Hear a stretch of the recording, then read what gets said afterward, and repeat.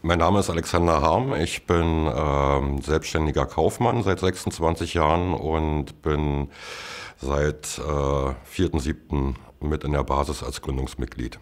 Die Basis ist ja mehr oder weniger entstanden aus dieser Widerstandszeit 2020, wo ich auch schon aktiv mit beteiligt war. Und was mich bewogen hat, war in erster Linie die gesellschaftliche Spaltung, die seit vielen Jahren bei uns ja schon auftritt und jetzt zu dieser Corona-Geschichte im Endeffekt noch viel extremer geworden ist.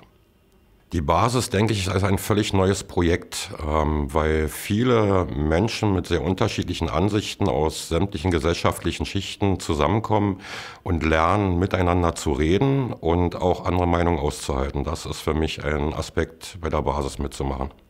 Ich sehe, dass die Corona-Maßnahmen auf jeden Fall aufgearbeitet werden müssen. Wir müssen raus aus dem Lobbyismus. Ich sehe hier viele Verquickungen der Wirtschaft, insbesondere der Pharmaindustrie.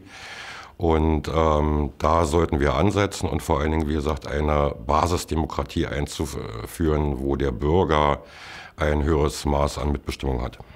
Die Basisdemokratie gibt uns wahrscheinlich die Möglichkeit, solche Maßnahmen, wie wir sie jetzt haben, im Vorfeld mit dem Bürger im Endeffekt abzustimmen, ob dort eine Übereinstimmung ist. Das ist das, was jetzt quasi gefehlt hat während der Corona-Zeiten. Für mich ist die Machtbegrenzung das Element schlechthin, weil ich glaube, das ist so ein Thema, was gerade in der Politik sehr aktiv hinterfragt werden muss.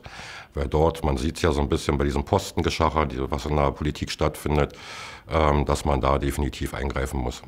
Die Basis, denke ich mal, tut sich hervor durch die Schwarmintelligenz, die quasi dort greift, um bestimmte Situationen zu unterdrücken, wenn man das Gefühl bekommt, dass jemand Macht bekommt. Dazu kommt, dass wir unsere Vorstände zum Beispiel sehr breit aufstellen.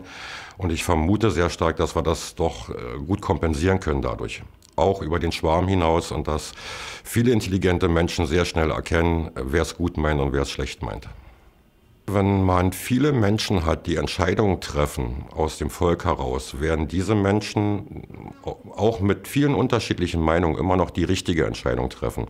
Weil hier nicht nur 10, 15 oder 20 Leute sitzen und sich was überlegen, sondern viele tausende Menschen eine Entscheidung treffen. Und ich denke schon, dass man damit eine echte Basisdemokratie einführen kann, was auch dann zum Erfolg führt. Die Basis in Berlin, der Landesverband, nutzt seit Anfang an eigentlich das Tool Acceptify zum systematischen Konsensieren, sei es, wenn es um Termine geht oder Programmatik oder ähnlichen Dingen. Und es gibt sehr gute Entscheidungen daraus, die halt anders aufgebaut sind als diese klassischen Ja-Nein-Abstimmungen. Der Landesverband Berlin, die Basis, wächst kontinuierlich, wenn auch zurzeit noch relativ langsam, wobei wir merken, dass doch die Mitgliederzahlen jetzt ein bisschen schneller wachsen, was wahrscheinlich so ein bisschen dem geschuldet ist, dass die Leute unzufriedener werden von Tag zu Tag.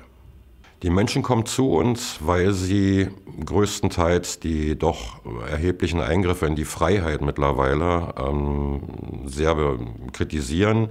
Und das ist ein Hauptgrund, warum die Leute sich der Basis anschließen.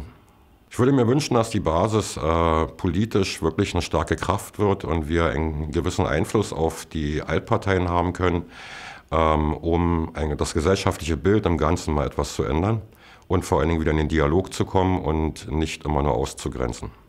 Die Basis ist ein Mittel, um sich politisch in der Mitte wiederzufinden.